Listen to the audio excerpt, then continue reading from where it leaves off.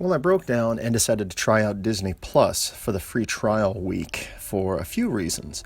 One, I was curious to see the selection of films offered, and it looks like they do have a good representation of their old classic catalog of films, The Cat from Outer Space and stuff like that. I do see that they're still pretending that Song of the South was never made. And although they do have the Star Wars films, it looks like there's still a few of them missing. No Star Wars Holiday Special or any of the Ewok movies. I guess they're pretending those don't exist either. But nevertheless, they had Star Wars Episode 9, The Rise of Skywalker. And considering I have 7 days where I don't pay anything, and considering it didn't cost anything, I decided to take a deep dive and actually check this film out. And even though I like to seek out the positive of films when I do my reviews, that's going to be very difficult here. This was a chore to get through this film. I'm going to try to give it a quick review here. I'll try and keep it positive, but this is going to be a challenge. So it was interesting starting up the film. What was notable is gone is the 20th Century Fox logo and the Alfred Newman music. I don't know if that's just some sort of change they added just because it's streaming, but that, I have to admit, as not only a music fan but a cinema fan, that really sort of detracted from the Star Wars experience. I'm so used to seeing that 20th Century Fox, the iconic the searchlights in the sky and everything, and that was gone. It kind of just jumps right to Lucasfilm and then A Long Time Ago. All right, I know you think I'm making a mountain out of a molehill here, but I don't know, that's kind of a key thing. And it's maybe a sign right there that we're not really dealing with authentic Star Wars. Okay, into the film itself. Okay, the plot, as best I could understand it, is Kylo Ren. He's sort of this moody Sith Lord. He's now the leader of the Imperial forces, whatever they're called now. The New Order something. Anyhow, his character obtains this Sith map. It's like this glass triangle. And he's going to use this magical MacGuffin to guide him to a hidden planet. And there he finds not only that Palpatine, the Emperor who we all thought had died from Episode 6, he's alive and well. Well, not so well, but he's alive, and he's living in like this giant trapezoid building, and he's preparing a massive fleet of Star Destroyers, all that are not only fully staffed with presumably hundreds of thousands of Imperial officers. I don't know where they all came from or where they were trained. Maybe they're clones. In any case, each of these Star Destroyers is equipped with a laser cannon powerful enough to destroy a planet. So sort of like these Star Destroyers have become mini Death Stars, I guess. And there's a lot of scenes where you see the sky is just filled with dozens and dozens and dozens of these Star Destroyers. And it really looks like a lot of CGI copy and paste. It's like they took one ship and they just copied it and shrunk it a little. An observation. Kylo Ren, and the actor who plays him, he looks nothing like either Harrison Ford or Carrie Fisher. But he does sort of bear a resemblance to a young Severus Snape. So it's sort of interesting, as we go through this film, you sort of see parallels with other films, notably Harry Potter. Maybe that's just me. Anyhow, we find out that Palpatine is alive. He did this Voldemort-style trick of cheating death.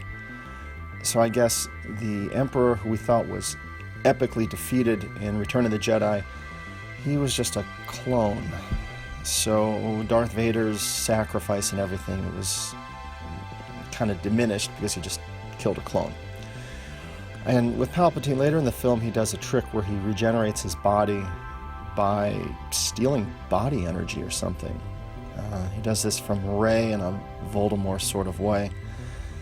But again, he's building this huge armada, and they don't really explain where all these people come from, how they stayed hidden, were they clones, were they just recruits living in this secretive world. And apparently they were all underwater as well.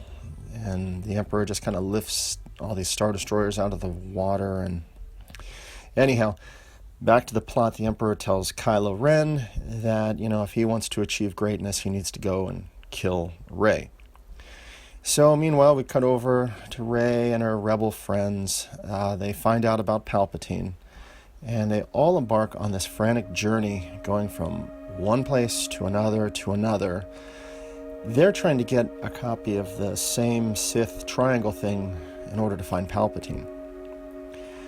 Except it's not just that, they also had to find a Sith dagger that would lead them to the Sith map, but they needed C-3PO to translate the map. So they needed to do like a full reboot of him in order to get him to give them the directions to the Sith dagger. Trying to find the direction of this film just hurts my brain. Just trying to write this out and talk about it is giving me a headache. And I wanted to say something positive here, but I'm really finding it to be a challenge. It really felt like they had compressed 3 to 6 films worth of material into this one film. It's like there was enough story ideas that if maybe they had spread this out, it might have been kind of interesting. Like maybe they should have started the Disney trilogy with this plot, and then maybe that would have had some potential. The film, I also noticed, did copious fan service. Lando Calrissian makes a cameo. We see Ewoks. There's cameo voices at different points. And it also felt like there were reparations being made from The Last Jedi, namely painting Luke Skywalker as less than a grizzly old hermit who's drooling the blue milk down his beard, who just up and dies following a hologram projection. But they tried to make him a little more of a stronger, intelligent presence who actually wants to help out Rey. And even as a ghost, he has strong force powers to levitate a ship and stuff like that. Carrie Fisher was in the film, and it was really nice to see her, but knowing that the actress had died before this film was a little distracting, in that as I watch the film and I'm analyzing, I see the footage of her, and you can't help but wonder, did they just utilize old cut material from an earlier film and then rework it with some CGI just to sort of tailor it in to work in this particular film? Did they write dialogue and scenes around her footage that they had left over? I don't know. Stuff like that, I watch the film and I think, okay, maybe they filmed this 3 or 4 years ago and they just put it to use here. But it was nice to see her, as I guess this would be, consider her final film, posthumously. The special effects of the film, there is a lot of CGI going on here, and a lot of the ship scenes just look like video game cutscenes. There's a lot of CGI clouds, lightning, and this film also had quite a few janky-looking puppets that were unintentionally hilarious. They weren't really cute as much as they were disturbing. As far as the practical effects, I guess the sets looked good. The interiors of the ships, they looked good and convincing. But they did really go overboard with some of the CGI, particularly in the big final battle where there is a lot of stuff on the screen, and it did not look like practical effects at all. It looked like they were just pushing their computers to the limits. Like the last few Disney films, I didn't really feel connected to any of these characters. And man, there were a lot of characters going on here. It was actually kind of difficult to keep up with all of them. The core trio of characters, I guess you could call them, they just sort of become buried by all of the other people that they meet and interact with. Rey and Kylo Ren have their big lightsaber duel, and they're dueling on a big chunk of the Death Star as there's an ocean churning all around them with waves and everything. And it looked great, even for CG. And it's very menacing, this environment.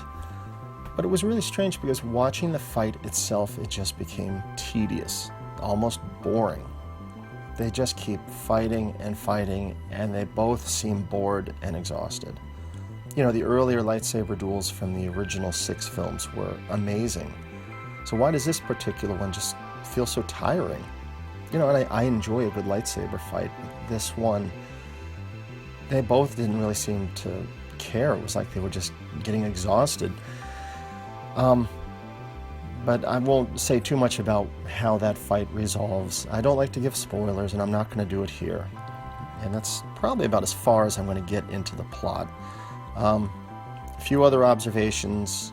I watched this with my kids. We had a good laugh at the woman in the helmet who sort of resembled a silver Power Ranger. The giant snake scene was, again, unintentionally really funny.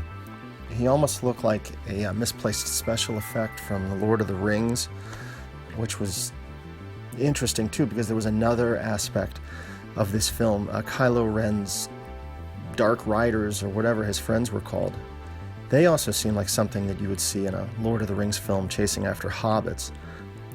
And the director did some scenes where it's sort of the aerial, you know, filmed with a helicopter, filming these Dark Riders on a mountaintop. They weren't Dark Riders, they were Kylo Ren's special forces or whatever, but the way that they would be filmed on the top of the mountains, it looked like something from the Lord of the Rings. So again, no more spoilers. I'll come to an end here. If you do check out this film, be prepared for a corny, very cringeworthy conclusion. And, you know, as I mentioned, there are many places that are just unintentionally hilarious. Oh yeah, and the space horses. Oh, when they come out.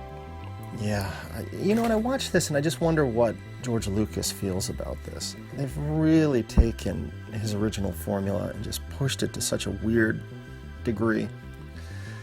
You know, I wonder if he's upset about this or if he just kind of laughs about it because he's, you know, extremely rich thanks to Disney. One other positive note is I think that Daisy Ridley did a fine job as Rey. I know she gets a lot of the criticism of the Mary Sue and all that, but I'll say this. She's a convincing actress. I think she did a good job. And I sort of wanted to believe in her and her character, and she did seem a little bit more developed this time. The problem is that her storyline is so buried by this frenetic pace of the film and all of these tertiary characters that you just don't really get to follow her as much and her particular storyline. She's a fine actress, but I think paired with a better writer and director, and like I said before, maybe if they had spread this over 3 films, maybe it could have worked out. Some thoughts on the music. The score is fine, but this is definitely not one of John Williams' best soundtracks. There were a couple good moments of music. In fact, the track, I think it's actually called The Rise of Skywalker, is a very nice motif. We hear that through the film. In a future video, I'll probably share my opinion about Williams in general and kind of the era of music that he was writing scores that I think are just amazing. You know, talk about some of my favorite films. So don't get me wrong, he's still my favorite composer ever. And even in his 80s, he's still writing music better than everyone else in the industry. But with this particular film, it's just not the same. So more on that later. And eventually I'll write a longer Star Wars themed video talking about why I generally dismiss the non-Lucas involved Star Wars films. Disney does a decent job at making just kind of brainless entertainment, but they don't really feel like true Star Wars. They're almost big budget fan films. But I'll talk about that more in a future broadcast. So anyhow, if you do decide to take the jump into Rise of Skywalker, do what I did, get the Disney Plus trial, check it out. I am going through The Mandalorian now, really enjoying that series. And again, it doesn't really feel necessarily like Star Wars, but it's good sci-fi. And I will leave it at that. And that's my review.